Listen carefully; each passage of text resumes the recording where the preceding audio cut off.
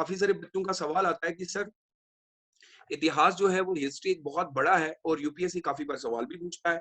इनका चुनाव कैसे करें, कौन-सी बुक पढ़ें? क्योंकि काफ़ी सारा बच्चों का ये मानना है कि स्पेक्ट्रम एक बहुत अच्छी किताब है और काफ़ी सारे क्वेश्चन पिछले कई साल से यूपीएससी पूछता भी है और आता भी है। बिपिन चंद्रा से भी सवाल आते हैं और फ्रॉम प्लासी टू पार्टीशन वो भी बहुत अच्छी बुक है। सर क्या तीनों पढ़ लूँ? तो तीनों अगर पढ़ेगा तो 1 साल कम से कम जो है इतिहास में लग जाएगा। तो आज आपको एक बात समझनी चाहिए कि जब हम यूपीएससी की बात कर रहे हैं, तो आप कोई हिस्टोरियन बनने नहीं आए हैं यहाँ पे। आपको सिर्फ इन्फॉर्मेशन लेनी है, जो यूपीएससी की डिमांड है। यूपीएससी ये चाहता है आपसे कि आप इतिहास अपने आधुनिक भारत को बहुत अच्छे से जान लें और रिलेट करके पढ़ें, एनालिटिकल अप्रोच करके पढ़ें।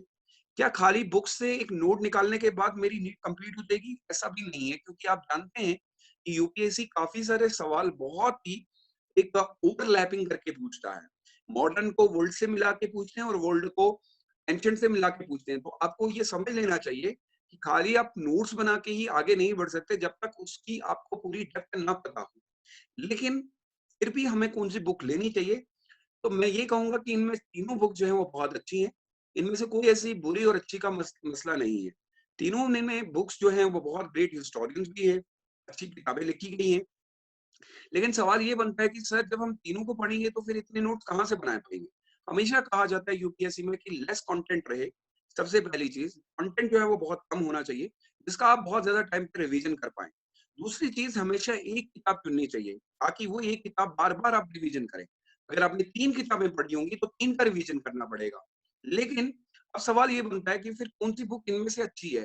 मार्केट में तीनों अवेलेबल है लेकिन हमें चुनाव करने में दिक्कत हो रही है। तो मैं इस तरीके से कहूँगा कि इतिहास जो है वो सेम आपको लगेगा।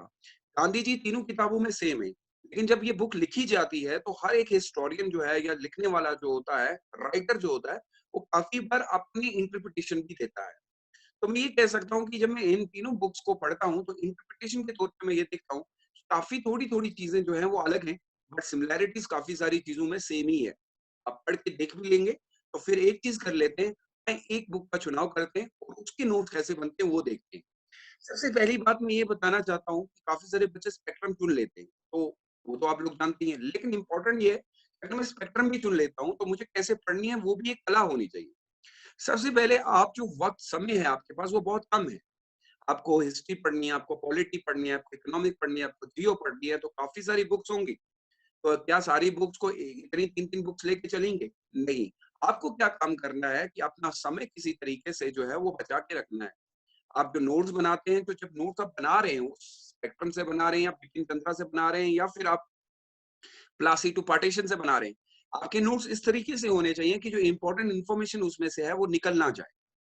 काफ़ी सारे बच्चों के मैंने नोट्स ऐसे देखे हैं कि नोट तो पूरा लिख लिया, जो इम्पोर्टेंट चीज़ थी वो स्किप हो गई। ये बुक जो स्पेक्ट्रम की मैं बात कर रहा हूँ या बिपिन चंद्रा की बात कर रहा हूँ या प्लासी टू पार्टीशन तक बात कर रहा हूँ, हर एक बुक में बहुत अच्छी समरीज़ दी गई है। लेकिन अगर आप इन्हीं बॉक्स को और छोटा करना शुरू कर देंगे, यानी कि आप इनसे नोट्स बना रहे हैं, लेकिन नोट्स बनाने के समय आपको एक बहुत कला की ज़रूरत होती है कि ऐसा ना हो कि जब हम बुक पढ़ते हैं तो हमें सारा इम्पोर्टेंट लगता है। हम सारे नोट्स वापस वैसे ही, तो पता चला कि एक स्पेक्ट्रम के ऊपर एक स्पेक्ट्रम और बन गई। तो ऐसा नहीं हो कि आपने एक और स्पेक्ट्रम तैयार कर दी। हर एक बुक में आपको जो चैप्टर है उसमें कुछ इम्पोर्टेंट चीज़ें होती हैं और कुछ चीज़ें स्किप की जा सकती हैं। और अगर आप देखेंगे तो मैं बिपिन चंद्रा की बात करूँ तो 2-3 पेज जो है वो लॉन्ग समरी समरी जो दी है end of the each chapter, her chapter के बाद एक समरी आपको बहुत अच्छा है, उसको पढ़िए, क्विक रिवीजन हो सकता है आपका। या अगर आप स्पेक्ट्रम पढ़ रहे हैं उसके नोट्स आप लास्ट पे देखिए वो बहुत अच्छे हैं। मेरी तरफ से आपको एक एक ऐड ऑन करना चाहता हूँ, यदि अगर आपके पास 2 साल का समय है यानी काफ़ी अच्छा समय है आपके पास, तो मैं आपको ये कहूँगा कि फिर आप पढ़िएगा प्लासी से पार्टीशन जो शेखर बंदोपाध्याय ने जो लिखी है, उनकी बुक जो है वो बहुत अच्छी है। लेकिन फिर आपको उसके बदले बिपिन चंद्रा पढ़ने की ज़रूरत नहीं है। अब यहाँ पे सवाल ये आता है कि किस बच्चे के पास कितना समय है।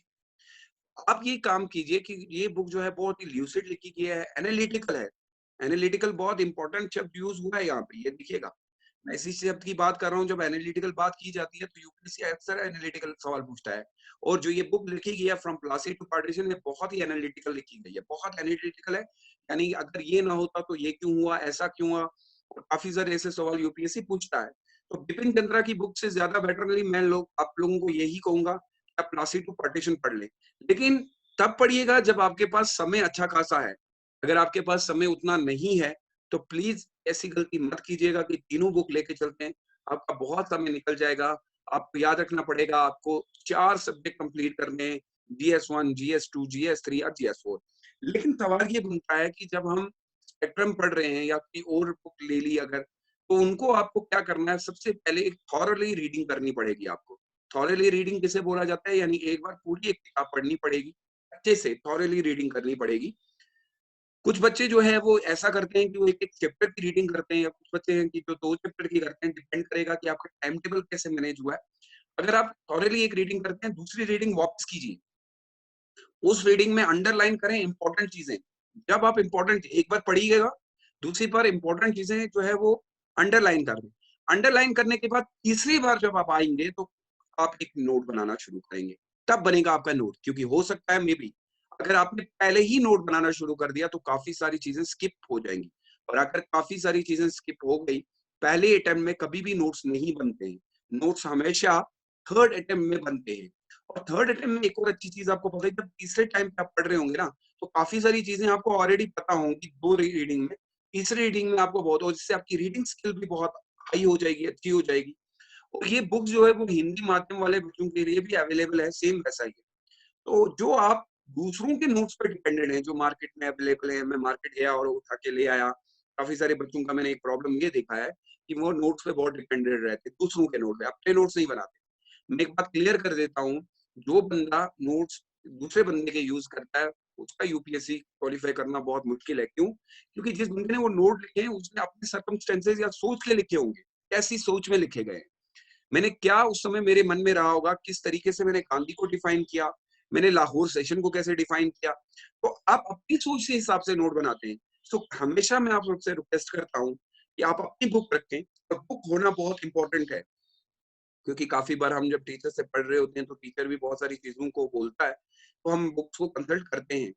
इसीलिए मैं आप सबसे कहता हूँ, निवेदन है आप सबसे कि जब भी आप नोट्स बना रहे हों, अपने नोट बनाएँ, ना कि फोटोस्टेट मशीन के पास जाके एक जो आप बार-बार रिपीट करते हैं, एक ही नोट लगता है कि पूरे मोहल्ले में फैल के, वैसा ना करिए। अपने नोट्स तैयार कीजिए, अपनी बुक एक रखिए और उस बुक पे लिख दीजिए कि जब तक आप यूपीएससी क्वालीफाई नहीं होगा, मैं इसी बुक से पढ़ूँगा और यही बुक से ही मैं क्लियर करूँगा। और बुक हर कोई सही होती है, लेकिन अब डिपेंड करता है कि आप उस बुक को कैसे पढ़ें। बुक किस पढ़ना भी एक कला है कि उस बुक की डेप्थ तक आप पहुँच पाए कि नहीं पहुँच पाए। और साथ में आप एक काम कीजिएगा, जब थर्ड राउंड में आप अपने नोट्स बना रहे हो, प्रीवियस ईयर क्वेश्चन पेपर को ज़रूर देखिएगा। हम जब भी प्रीवियस ईयर क्वेश्चन पेपर देखते हैं, तो हमें पता चलता है कि यूपीएससी की डिमांड क्या थी, इस चैप्टर में से क्या सवाल पूछा गया है। साथ में आपको एक और जानकारी देना चाहता हूँ जो कि बहुत इम्पोर्टेंट है, एनसीईआरटी बहुत इम्पोर्टेंट है। उसके लिए मैंने बहुत सारी वीडियोज़ ऑलरेडी डाले। वो आपकी फाउंडेशन बनाता है। जिस बंदे के पास एनसीईआरटी की फाउंडेशन होती है, फिर वो स्पेक्ट्रम पढ़ ले, फिर वो अपनी बिपिन चंद्रा पढ़ ले, फिर वो शेखर जी की बुक पढ़ ले, किसी की भी पढ़ ले, उसके लिए वो बुक बहुत ईज़ी हो जाएगी।